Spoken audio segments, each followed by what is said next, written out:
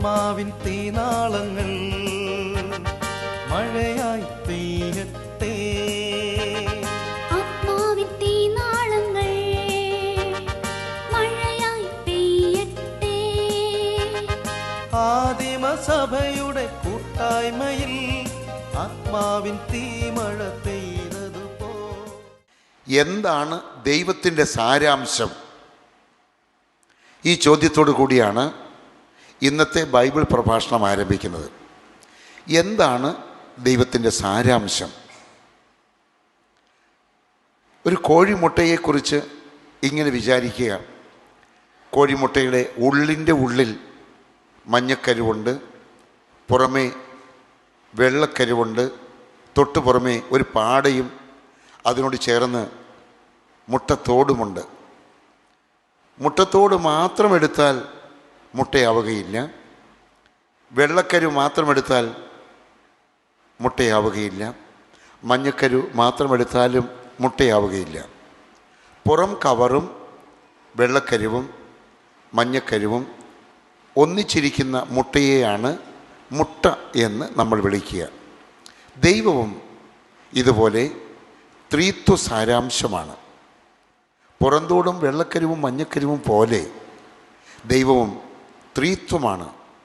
ആദ്യത്തെ ഭാഗത്തെ പിതാവ് എന്നോ യഹോവ എന്നോ വിളിക്കുന്നു. രണ്ടാമത്തെ ഭാഗത്തെ യേശുക്രിസ്തു എന്നോ യേശു എന്നോ വിളിക്കുന്നു. മൂന്നാമത്തെ ഭാഗത്തെ പരിശുദ്ധാത്മാവ് എന്ന് വിളിക്കുന്നു. ഇവ മൂന്നും കൂടി ചേർന്നാലാണ് മുട്ടയാകുന്നത് എന്നതുപോലെ ത്രിത്വം, ത്രിയേക ദൈവം എന്നതാണ് ദൈവത്തിൻ്റെ സാരാംശം. ഇങ്ങനെയുള്ള മഞ്ഞക്കരുവും വെള്ളക്കരുവും എടുത്തു വെച്ചിട്ട് അതിൽ അല്പം മസാലപ്പൊടിയും കൂടി ചേർത്തിട്ടാണ് നമ്മൾ ഏതെങ്കിലും ഭക്ഷ്യവസ്തുവായിട്ട് അതിനെ മാറ്റുന്നത്. അതിൻ്റെ പുറന്തോട് നമ്മൾ കളയും. ദൈവത്തിൻ്റെ പുറന്തോട് കളയുമെന്ന് അതിനർത്ഥമില്ല. പുറന്തോട് കൊണ്ട് സംരക്ഷിക്കപ്പെടുന്നു എന്നതാണ്. പുറന്തോട് തട്ടിക്കളഞ്ഞാലേ അകത്ത് ഉള്ള വെള്ളക്കരിവിലും മഞ്ഞക്കരിവിലും നമുക്ക് മസാലപ്പൊടി ചേർക്കാൻ പറ്റുകയുള്ളൂ. പുറന്തോടിനകത്ത് മഞ്ഞക്കരിവും വെള്ളക്കരിവും ഉള്ളതിനെ ഒരു കോപ്പ പാത്രത്തിലേക്ക് പൊട്ടിച്ചുടിച്ചിട്ട് അടിച്ചടിച്ച് അതിൽ മസാലയും കൂടി ചേർത്താൽ നല്ല ഒരു ഭക്ഷണ സാധനമായിട്ട് എടുക്കാം. ഈ മസാലയ്ക്ക് തുല്യമാണ് വചനത്തെ ചേർക്കുക എന്നത്. 66 പുസ്തകങ്ങളിലെ 31,173 തിരുവചനങ്ങളാകുന്ന മസാല മുട്ടയിലും ചേർത്തുകൊണ്ടും മുട്ട അതിനോട് ചേർന്നുകൊണ്ടും ആവുകയാണെങ്കിൽ അത് നിത്യജീവന് ഏറ്റവും പ്രയോജനകരമായി മാറുന്നു. നമ്മൾ ഈ ടൗണിലൂടെ പോകുമ്പോൾ നിരവധി സ്ഥലങ്ങളിൽ കോയമ്പത്തൂരേക്കാണോ പോകേണ്ടത്, അതോ തൃശ്ശൂർ ഭാഗത്തേക്കാണോ, അതോ മലമ്പുഴ ഭാഗത്തേക്കാണോ പോകേണ്ടത് എന്നറിയുവാൻ വേണ്ടി ബോർഡുകൾ സ്ഥാപിക്കപ്പെട്ടിട്ടുണ്ട്. അത് നോക്കി അതിലെ അടയാളങ്ങൾ നോക്കി വേണം നമ്മൾ ഏത് സ്ഥലത്തേക്കാണോ പോകേണ്ടത് അങ്ങോട്ട് യാത്ര ചെയ്യേണ്ടത്. ഇതുപോലെ ത്രിയേക ദൈവത്തെ പ്രാപിക്കുവാൻ ബോർഡുകൾ വെച്ചിരിക്കുന്നു. 66 ബോർഡുകൾ ഒന്നിച്ച് തുന്നിച്ചേർത്തിരിക്കുന്നു. That is Bible. അതാണ് വിശുദ്ധ വേദപുസ്തകം. വേദപുസ്തകം നോക്കിയാണ് നമ്മൾ യാത്ര എങ്ങനെ, ആത്മീയ യാത്ര എങ്ങനെ എന്നത് മനസ്സിലാക്കേണ്ടത്. ദൈവത്തിൻ്റെ സാരാംശം അതെങ്ങനെ എന്ന ചോദ്യത്തോടു കൂടി ആരംഭിച്ച ഈ ലഘുപ്രഭാഷണത്തിൽ വേദപുസ്തകം നോക്കുക എന്ന മറുപടിയാണ് നമുക്ക് കിട്ടുക. ഒരു വ്യാപാരി തൻ്റെ കച്ചവട സ്ഥാപനത്തിലേക്ക്, അത് റിലയൻസ് എന്ന കമ്പനിയുടെ ഉടമയാകട്ടെ, നിങ്ങളുടെ വീടിൻ്റെ അടുത്തുള്ള ഒരു പലവ്യഞ്ജന കടക്കാരനാകട്ടെ, അദ്ദേഹം, ആ വ്യാപാരി ഒരു ഉൽപ്പന്നം ഇറക്കുവാൻ പദ്ധതി ഇടുമ്പോൾ ആദ്യമായി ആ ഉൽപ്പന്നത്തിൻ്റെ മൂലവസ്തുവിനെക്കുറിച്ച് അഥവാ അടിസ്ഥാന ഘടകത്തെപ്പറ്റി വ്യക്തമായി ഒരു ധാരണ ഉണ്ടായിരിക്കണം. അടിസ്ഥാന ഘടകത്തെക്കുറിച്ച് വ്യക്തമായൊരു ധാരണ ആ വ്യാപാരിക്കുണ്ടായിരിക്കണം. ഇതുപോലെ ദൈവത്തിൻ്റെ സാരാംശം എന്താണ് എന്ന ധാരണ നമുക്കുണ്ടാകണം. പക്ഷെ വ്യാപാരിക്ക് തൻ്റെ ഉൽപ്പന്നം എന്താണെന്ന് അറിയണമെങ്കിൽ ആ ഉൽപ്പന്നത്തിലുള്ള മൂലകങ്ങൾ അറിഞ്ഞേ പറ്റുകയുള്ളൂ. വിശുദ്ധ വേദപുസ്തകം പഠിപ്പിക്കുന്നത് ആ മൂലകം ദൈവത്തിൻ്റെ ആത്മാവാണ് പ്രധാനപ്പെട്ടത് എന്നതാണ്. ബൈബിളിൽ യോഹന്നാൻ 4:24 ദൈവം ആത്മാവാണ് എന്നെഴുതി വച്ചിരിക്കുന്നു. യോഹന്നാൻ്റെ സുവിശേഷത്തിൽ 4-ാം അധ്യായത്തിൽ 24-ാം വാക്യത്തിൽ ദൈവം ആത്മാവാണ് എന്നത് എഴുതി വെച്ചതുകൊണ്ട് സർവശക്തനും സർവജ്ഞാനിയുമായ ദൈവത്തെ ബിംബങ്ങളിൽ ഒതുക്കുവാനുള്ള മനുഷ്യൻ്റെ ശ്രദ്ധ വ്യാമോഹമാണ്, വിഡ്ഢിത്തമാണ് എന്ന് തിരിച്ചറിയേണ്ടതുണ്ട്. ദൈവത്തിൻ്റെ സാരാംശം ഈ അണ്ഡകടാകം മുഴുവനും തിങ്ങി തിളങ്ങി നിൽക്കുന്ന ഒരു വലിയ ആത്മശക്തിയാണ് ദൈവം. അതാണ് ദൈവമെന്ന സ്വരൂപത്തിൻ്റെ സാരാംശം. ദൈവം ആത്മാവാണ്. ദൈവം നിർമ്മാതാവാണ്. ഉൽപ്പന്നവും ദൈവം തന്നെയാണ്. നിർമ്മാതാവായ ദൈവം വചനമാകുന്ന സാരമൂലകം ഉപയോഗിച്ചുകൊണ്ട് ദൈവത്തെ തന്നെയാണ് ഉൽപ്പാദിപ്പിക്കുന്നത്. ദൈവമെന്ന ഉൽപ്പാദകൻ ദൈവത്തിൻ്റെ ഫാക്ടറി നിറക്കുന്ന 1/2 കിലോ ചെറുപയർ പോലെ എന്തെങ്കിലും നമുക്ക് തരിക എന്നതല്ല അവൻ്റെ ലക്ഷ്യം. ദൈവമെന്ന ഉൽപ്പാദകൻ ദൈവത്തിൻ്റെ കയ്യിൽ നിന്നും 100 ഗ്രാം പച്ച വെളിച്ചെണ്ണ നമുക്ക് തരിക പോലെ ഒരു ഉൽപ്പന്നം വേറെ നമുക്ക് തരിക എന്നതല്ല ദൈവത്തിൻ്റെ ആഗ്രഹം. രാവിലെ മീൻ പിടിക്കാൻ പോയ മനുഷ്യർ കൊണ്ടുവരുന്ന ചാളയോ അല്ലെങ്കിൽ അയിലയോ ഉൾപ്പെടെയുള്ള മത്സ്യങ്ങളിൽ നിന്നും 1/2 കിലോയോ 2 കിലോയോ 3 കിലോയോ നമ്മൾ വാങ്ങിച്ച് കടലിലെ മത്സ്യത്തിൽ നിന്ന് കുറച്ച് ഭാഗം നമുക്ക് തരിക എന്നതല്ല ദൈവത്തിൻ്റെ പദ്ധതി. ദൈവം ഉൽപ്പാദകനാണ്. ദൈവം ഉൽപ്പാദിപ്പിക്കുന്ന ദൈവത്തെയാണ്. ദൈവത്തെ നമുക്ക് തരിക എന്നതാണ് ദൈവത്തിൻ്റെ മിനിമം പരിപാടി. ദൈവം എന്നയാൾ ഒരു കൊന്ത തരിക എന്നതുമായിട്ട് ഇരിക്കുകയല്ല. ദൈവം എന്നയാൾ ഒരു രോഗശാന്തി തരിക എന്ന ലക്ഷ്യവുമായിട്ട് ഇരിക്കുകയല്ല. ദൈവം എന്നയാൾ, ദൈവം എന്ന വ്യാപാരി, ദൈവം എന്ന സർവശക്തൻ ദൈവത്തെ തന്നെ നമുക്ക് നൽകാൻ വേണ്ടിയാണ് ഇരിക്കുന്നത്. ഇവിടെ നിർമ്മാതാവ് ദൈവമാണ്, ഉൽപ്പന്നവും ദൈവമാണ്. അതുകൊണ്ട് അവൻ പ്രത്യുൽപാദിപ്പിക്കുന്നതെല്ലാം തൻ്റെ സാരാംശമായ ആത്മാവിനെയാണ്. തൻ്റെ സാരാംശമായ ആത്മാവിനെയാണ് ദൈവം ഉൽപ്പാദിപ്പിക്കുന്നത്. അത് നമ്മുടെ ഉള്ളിലേക്ക് തരുവാനാണ് ദൈവം ആഗ്രഹിക്കുന്നത്. ദൈവം എന്ന ദൈവം വിതരണക്കാരനായി ഒരു പ്രൈവറ്റ് ഏജൻസിയെ ഏൽപ്പിച്ചിട്ടില്ല. ഇവിടെ ഇരിക്കുന്ന നിങ്ങൾ ആരെങ്കിലും ചില സാധനങ്ങൾ വണ്ടിയിലോ സ്വന്തം ബാഗിലോ കൊണ്ടുപോയി വിതരണം ചെയ്യുന്ന ഏജൻറ്റുമാരായിരിക്കാം. കോയമ്പത്തൂർ സഭയിൽ എനിക്ക് പരിചയമുള്ള ഒരു വല്യമ്മച്ചിയുണ്ട്. ആ വല്യമ്മച്ചി വീട്ടിൽ ഉൽപ്പാദിപ്പിക്കുന്ന ചില മധുര പലഹാരങ്ങളും മധുരമില്ലാത്ത പലഹാരങ്ങളും അമ്മച്ചി തന്നെയും ഒരു ചെറിയ വണ്ടിയും സംഘടിപ്പിച്ച് വണ്ടിയിലൊരു ഡ്രൈവറെയുമാക്കി വിൽക്കാൻ വേണ്ടി വണ്ടി ഡ്രൈവറെ ഏൽപ്പിക്കുന്നു. അനേകം ചായക്കടകളിലും മറ്റു കടകളിലുമൊക്കെ ഈ ഉൽപ്പന്നങ്ങൾ കൊണ്ട് വിൽക്കുന്നു. അമ്മയാണ് നെയ്യപ്പം ഉൽപ്പാദിപ്പിക്കുന്നത്, ഡ്രൈവറെയാണ് വിൽക്കാൻ ഏൽപ്പിക്കുന്നത്. ഇതുപോലെ ദൈവം ഒരിക്കലും ഒരു ഉൽപ്പാദകനെ, ഒരു ഏജൻറ്റിനെ ഇത് കൊടുക്കാൻ ഏൽപ്പിച്ചിട്ടില്ല. ദൈവം ആത്മാവായതുകൊണ്ട്, ദൈവത്തിൻ്റെ ഉൽപ്പന്നം ദൈവം തന്നെ ആയതുകൊണ്ട്, ഈ ഉൽപ്പന്നം നമുക്ക് തരണമെന്ന് ദൈവത്തിന് നിർബന്ധമുള്ളതുകൊണ്ട്, അതാണ് അവിടുത്തെ വ്യവസ്ഥ എന്നതുകൊണ്ട് ഒരു പ്രൈവറ്റ് ഏജൻറ്റിൻ്റെ കയ്യിൽ അത് വിൽക്കാൻ ഏൽപ്പിച്ചാൽ പ്രൈവറ്റ് ഏജൻറ്റ് കട്ടതിരിക്കും, ആവശ്യമില്ലാത്ത വില കൂട്ടുകയും കുറയ്ക്കുകയുമൊക്കെ ചെയ്തുവെന്നിരിക്കും. ദൈവം അതുകൊണ്ട് പഴയ നിയമകാലത്ത് പുരോഹിതന്മാരെ ഏൽപ്പിച്ചു ദൈവരാജ്യം വിൽക്കുവാൻ. ദൈവം ഉൽപ്പാദിപ്പിച്ച ദൈവരാജ്യം എന്ന ആത്മാവെന്ന ആ സത്യത്തെ വിൽക്കുവാൻ പുരോഹിതന്മാരെ ഏൽപ്പിച്ചു. പുരോഹിതന്മാർ അത് വിറ്റ് ധനവാന്മാരായി. അവർ ദൈവത്തെ വഞ്ചിച്ചു. അതുകൊണ്ട് പുതിയ നിയമത്തിൽ ന്യൂ ടെസ്റ്റമെൻറ്റിൽ ദൈവത്തിൻ്റെ കൃപ വിൽക്കുവാൻ, ദൈവത്തിൻ്റെ സമാധാനം വിൽക്കുവാൻ, ദൈവത്തെ വിൽക്കുവാൻ, ദൈവത്തിൻ്റെ ആത്മാംശത്തെ വിൽക്കുവാൻ ദൈവത്തെ ഏൽപ്പിച്ചു. ആകാശത്തിൻ്റെ കീഴിൽ മനുഷ്യരുടെ ഇടയിൽ രക്ഷയ്ക്കായി ഒരേ ഒരു നാമം. അപ്പസ്തോല പ്രവർത്തനങ്ങൾ 4-ാം അധ്യായത്തിൻ്റെ 12-ാമത്തെ വാക്യം. ആകാശത്തിൻ്റെ കീഴിൽ മനുഷ്യരുടെ ഇടയിൽ രക്ഷയ്ക്കായി ഒരു നാമം. ദൈവത്തെ വിൽക്കുവാൻ, ദൈവത്തെ കൊടുക്കുവാൻ ആത്മാവായ ദൈവം ആത്മാവിനെ കൊടുക്കുവാൻ ഒരാളെ ഏൽപ്പിച്ചു. അത് ദൈവം തന്നെ മനുഷ്യനായി അവതരിച്ച യേശുക്രിസ്തുവിനെയാണ്. യേശുക്രിസ്തുവിനെ തൻ്റെ ഉൽപ്പന്നം ഏൽപ്പിച്ചു, തൻ്റെ കൃപ ഏൽപ്പിച്ചു, തൻ്റെ സമാധാനം ഏൽപ്പിച്ചു, തൻ്റെ സന്തോഷം ഏൽപ്പിച്ചു. പ്രിയപ്പെട്ടവരെ, ദൈവത്തിൻ്റെ വ്യവസ്ഥ അനുസരിച്ച് ദൈവത്തെ കൊടുക്കുവാൻ ഒരാളെ ഏൽപ്പിച്ചിരിക്കുന്നു.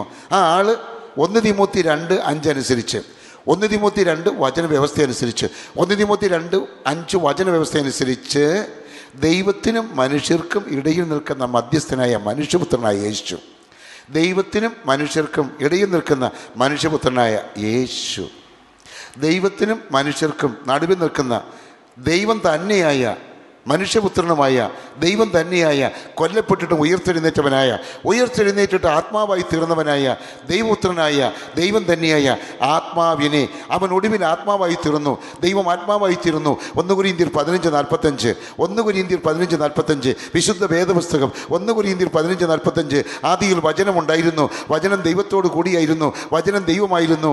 അങ്ങനെ യോഹന്നാന്റെ സുവിശേഷം 1-ാം വാക്യം, 1 യോഹന്നാൻ 1 മുതൽ 5 വാക്യങ്ങൾ ഈ തിരുവെഴുത്തുകളിൽ പറഞ്ഞിരിക്കുന്ന പോലെ, വിശുദ്ധ വേദപുസ്തകത്തിൽ പറഞ്ഞിരിക്കുന്ന പോലെ, ദൈവം തന്നെയായ ദൈവം ജഡത്തിൽ വസിക്കുന്ന മനുഷ്യനെ ജഡത്തിലെ പാപങ്ങൾ ഉന്മൂലനാശം ചെയ്തിട്ട് ജഡികതയെല്ലാം മാറ്റി വിശുദ്ധനാക്കുന്നതിന് വേണ്ടി ഈ ദൈവം ഭൂമിയിൽ മനുഷ്യനായി വരികയും ദൈവത്തെ മനുഷ്യപുത്രനായി കടന്നു വന്ന ദൈവമായ, ഒരേ സമയത്ത് മനുഷ്യനും അതേ സമയത്ത് ദൈവവുമായ സാക്ഷാൽ യേശുവിൻ്റെ കരങ്ങളിൽ ദൈവം ഏൽപ്പിക്കുകയാണ്. ഇതാണ് ദൈവത്തിൻ്റെ വ്യവസ്ഥ, ഇതാണ് ദൈവത്തിൻ്റെ സാരാംശം. ദൈവം ആത്മാവായതുകൊണ്ട് ദൈവത്തിൻ്റെ ആഗ്രഹമാണ് മനുഷ്യൻ്റെ ഉള്ളിൽ വസിക്കുക എന്നത്. അതിന് ദൈവം ഭൂമിയിൽ നിന്ന് ഇത്തിരി മണ്ണെടുത്ത് തൻ്റെ ജീവാംശം ഊതി മണ്ണിൽ കയറ്റി ആദാം എന്നവനെ വിളിച്ചു. അവൻ്റെ വാരിയെല്ലെടുത്ത് ഹൗവ എന്നൊരു ചേച്ചിപ്പെണ്ണിനെയും ഉണ്ടാക്കി. 2 പേരോടും ദൈവം പറഞ്ഞു. ഉൽപ്പത്തി 2:17 ദൈവം പറഞ്ഞു. ഉൽപ്പത്തി 2:17 ദൈവം പറഞ്ഞു, നന്മ തിന്മകളുടെ അറിവിൻ്റെ വൃക്ഷത്തിൻ്റെ ഫലം, ലോക വ്യവസ്ഥ എന്നർത്ഥം. നന്മ തിന്മകളുടെ അറിവിൻ്റെ വൃക്ഷത്തിൻ്റെ ഫലം എന്ന് പറഞ്ഞാൽ ലോകപ്രകാരമുള്ള ജീവിതം ജീവിക്കരുത് എന്ന് പറഞ്ഞു. പക്ഷേ ആദാമാകട്ടെ ഹൗവയാകട്ടെ ലോകപ്രകാരം ജീവിക്കാൻ ഇഷ്ടപ്പെട്ടു. സാത്താനാകട്ടെ ലോകപ്രകാരം ജീവിച്ചാൽ മതി, നന്മ തിന്മകളുടെ അറിവിൻ്റെ വൃക്ഷത്തിൻ്റെ ഫലം തിന്നാൽ മതി എന്ന് പഠിപ്പിച്ചു. അവരതനുസരിച്ചു.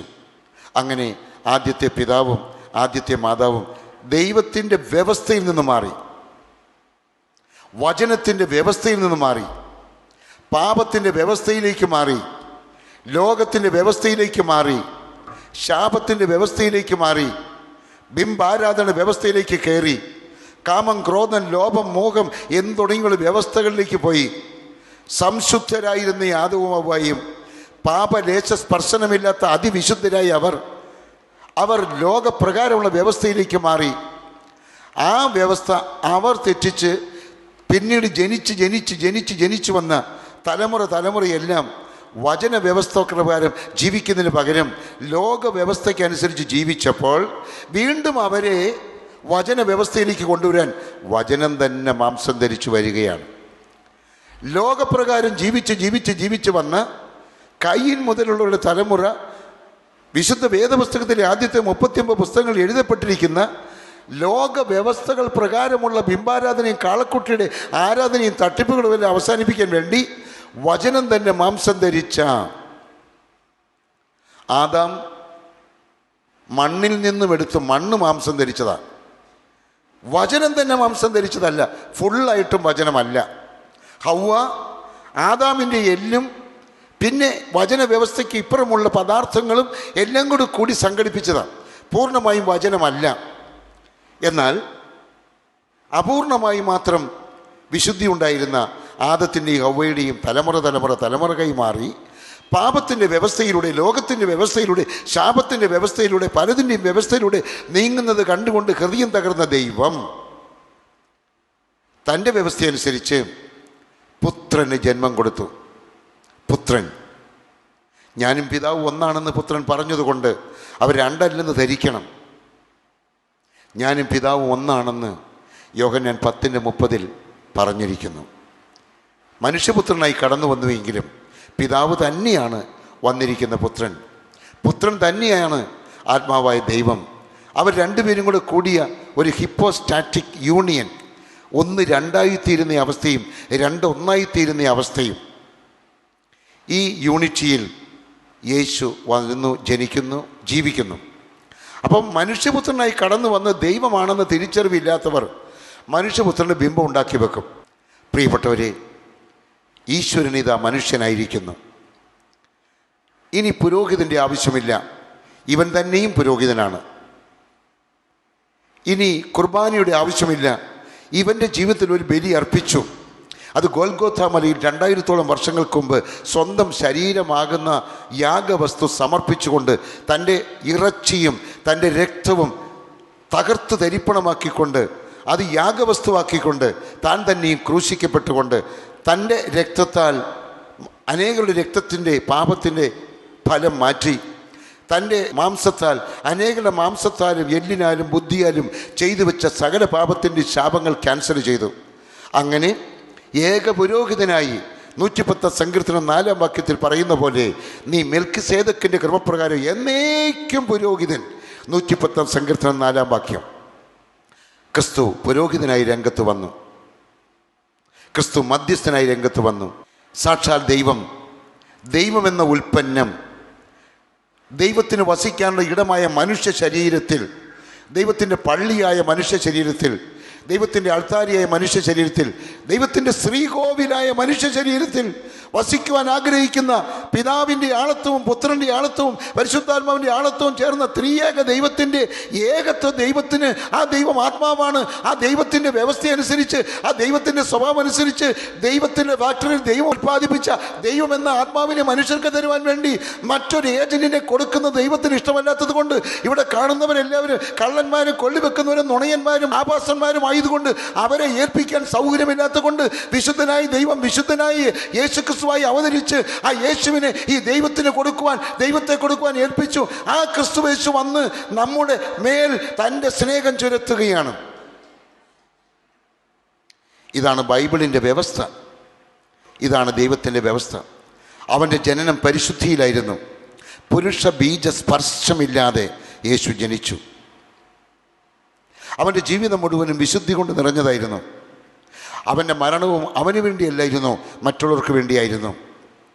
അവൻ്റെ ഉത്ഥാനവും ദൈവം ആത്മാവാകാൻ വേണ്ടിയുള്ള ഉത്ഥാനമായിരുന്നു.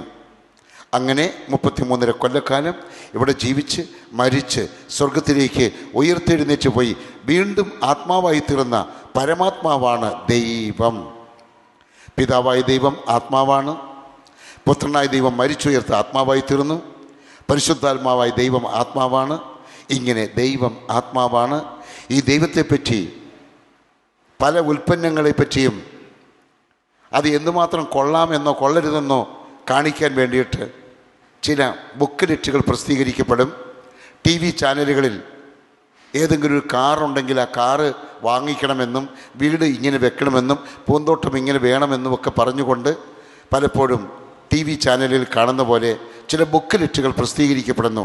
ദൈവം ആരാണ്, ദൈവം എന്താണ്, ദൈവം എങ്ങനെയാണ് എന്ന്. അങ്ങനെ ദൈവത്താൽ പ്രസിദ്ധീകരിക്കപ്പെട്ട ഒരു ബുക്ക്ലെറ്റാണ് ബൈബിൾ.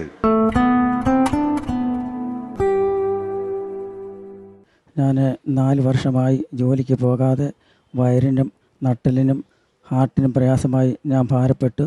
അങ്ങനെ ഇരിക്കുന്ന അവസരത്തിൽ എനിക്ക് അടുത്ത ആഴ്ചയിൽ തിങ്കളാഴ്ച എനിക്ക് മെഡിക്കൽ കോളേജിലേക്ക് കടന്നു പോകേണ്ടതാണ് ടെസ്റ്റ് ചെയ്യാനായിട്ട്. അങ്ങനെ ഇരിക്കുന്ന അവസരത്തിൽ ദേവസ്യ സാറിൻ്റെ പ്രാർത്ഥന കരുനാഗപ്പള്ളിയിലുണ്ടെന്ന് ഞാൻ അറിഞ്ഞ് അത് കേട്ട് ഞാൻ വന്ന് വിവരങ്ങളെല്ലാം പറഞ്ഞ് സാറ് പ്രാർത്ഥിച്ചതിൻ്റെ ഫലമായി എനിക്ക് എഴുന്നേൽക്കാനും ഇരിക്കാനും നൂരാനും എന്നെക്കൊണ്ട് ചെയ്യിപ്പിച്ചു. അത് മുഖാന്തരം എനിക്ക് നല്ല സൗഖ്യമുണ്ടായിരുന്നു. എനിക്ക് ഈ സൗഖ്യം തന്നത് കർത്താവായ യേശുവാണെന്ന് ഞാൻ വിശ്വസിക്കുന്നു. എൻ്റെ പേര് ബേബി.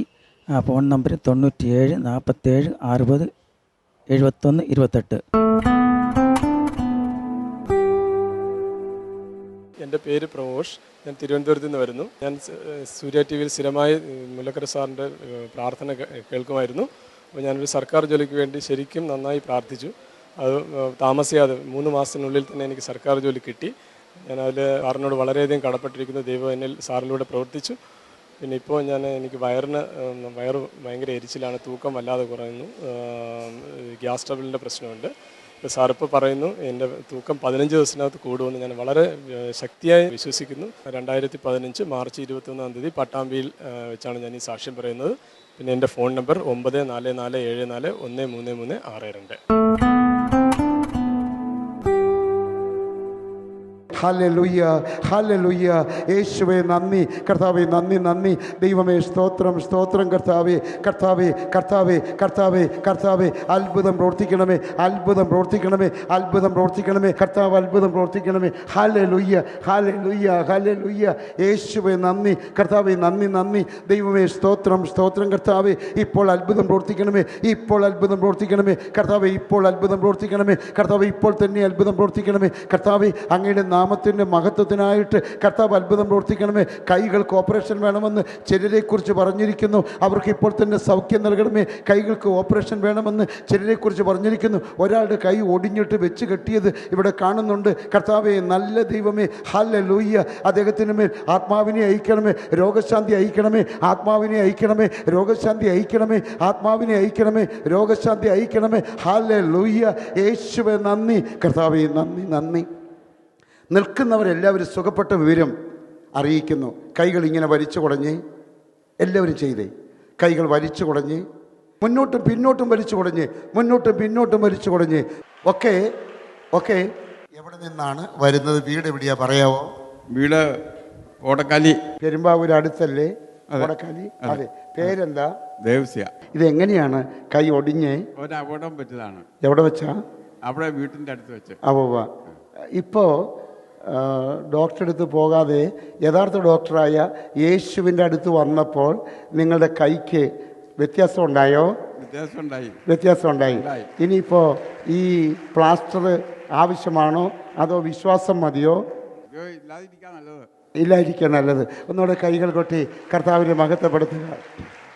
പാസ്റ്ററെ ഒന്ന് ഇദ്ദേഹത്തിൻ്റെ കയ്യിൽ പിടിച്ചേ, അങ്ങോട്ട് കൊടുത്തേ കൈ. ഇനി നമ്മൾ ഇങ്ങോട്ട് വലിച്ച് പാസ്റ്ററെ വലിക്ക്, നമ്മൾ വലിക്ക്, നമ്മൾ വലിക്ക്, നമ്മൾ വലിക്ക്, നമ്മൾ വലിക്ക്, നമ്മൾ വലിക്ക്, നമ്മൾ വലിക്ക്, നമ്മൾ വലിക്ക്. കണ്ടോ? നമ്മൾ വലിക്ക്. വലിച്ചപ്പോഴുള്ള വേദനയില്ലായ്മയെക്കുറിച്ച് എന്ത് മനസ്സിലായി? വേദനയില്ല. വേദനയില്ല. നിങ്ങളുടെ ഫോൺ നമ്പർ എന്ന് പറയാവോ? ഓർമ്മയുണ്ടോ ഫോൺ നമ്പർ? ഫോൺ നമ്പർ ഞാൻ അവിടെ എഴുതി കൊടുത്തിട്ടുണ്ട്. എഴുതി കൊടുത്തിട്ടുണ്ട്. കുറച്ച് കഴിയും പറഞ്ഞാൽ മതി, കുറച്ച് കഴിയും പറഞ്ഞാൽ മതി. ഈ കൈ കൊണ്ട്, ഒടിഞ്ഞ കൈ കൊണ്ട് വിവിധ ജോലികൾ ചെയ്തുകൊണ്ട് ജീവിക്കുന്ന ഒരു ദൈവമുണ്ടെന്ന് നമുക്ക് തെളിയിക്കാം. എല്ലാവരും കൈകൾ കൊട്ടി കർത്താവിനെ മഹത്വപ്പെടുത്തുക. അസാധ്യമായ എനിക്കൊന്നുമില്ലല്ലോ, സർവശക്തനാം ദൈവമെന്റെ കൂടെയുണ്ടല്ലോ.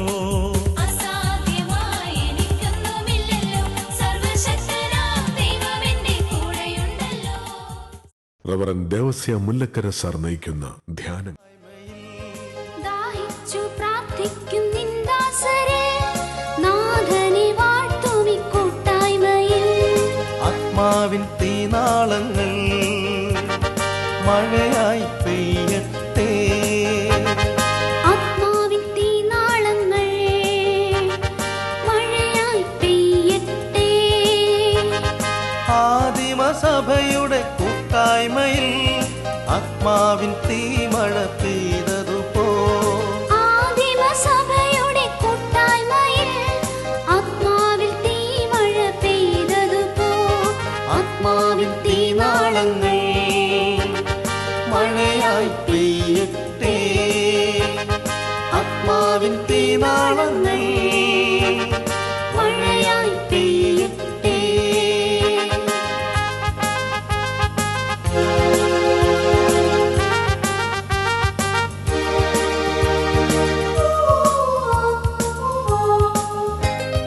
ആത്മാവിൽ ആരാധിക്കും നിന്ദാസരിൽ, ആത്മാവിൽ പ്രാർത്ഥിക്കും കൂട്ടായ്മയിൽ. ആത്മാവിൽ ആരാധിക്കും നിന്ദാസരിൽ, ആത്മാവിൽ പ്രാർത്ഥിക്കും കൂട്ടായ്മയിൽ. ആത്മാവിൻ തീനാളങ്ങൾ മഴയായി പെയ്യട്ടെ, ആത്മാവിൻ തീനാളങ്ങൾ മഴയായി പെയ്യട്ടെ. ആദിമസഭയുടെ കൂട്ടായ്മയിൽ ആത്മാവിൻ തീമഴ പെയ്തതുപോ.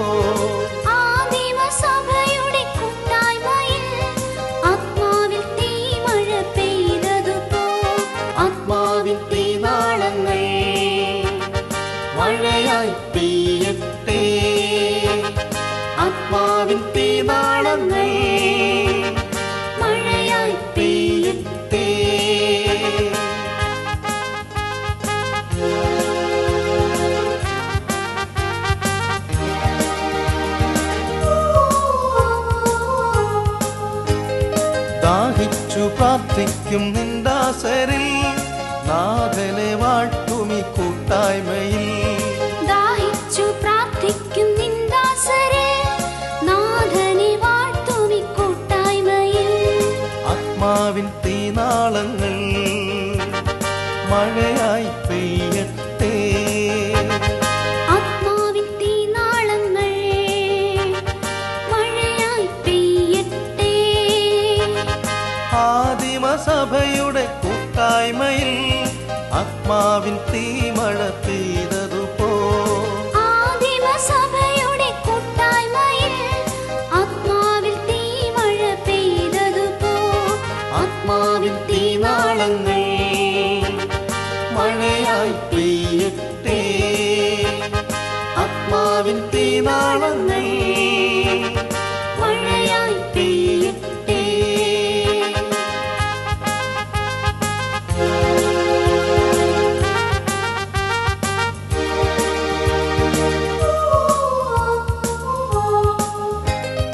ആത്മാവിൽ ആരാധിക്കും നിന്ദാസരിൽ ആത്മാവിൽ പ്രാർത്ഥിക്കും കൂട്ടായ്മയിൽ. ആത്മാവിൽ ആരാധിക്കും നിന്ദാസരെ ആത്മാവിൽ പ്രാർത്ഥിക്കും കൂട്ടായ്മയിൽ. ആത്മാവിൻ തീനാളങ്ങൾ മഴയായി പെയ്യട്ടെ. ആത്മാവിൻ തീനാളങ്ങൾ മഴയായി പെയ്യട്ടെ. ആദിമസഭയുടെ കൂട്ടായ്മയിൽ ആത്മാവിൻ തീമഴ പെയ്തതുപോ.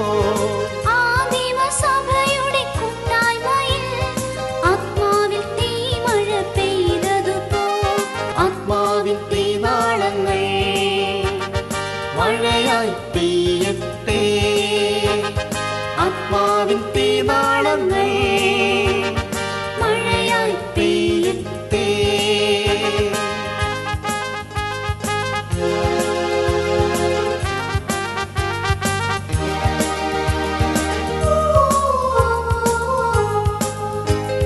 ദാഹിച്ചു പ്രാർത്ഥിക്കും നിന്ദാസരിൽ നാഥനെ വാഴ്ത്തുമി കൂട്ടായ്മയിൽ. ദാഹിച്ചു പ്രാർത്ഥിക്കും നിന്ദാസരെ നാഥനെ വാഴ്ത്തുമി കൂട്ടായ്മയിൽ. ആത്മാവിൻ തീനാളങ്ങൾ മഴയായി പെയ്യട്ടെ.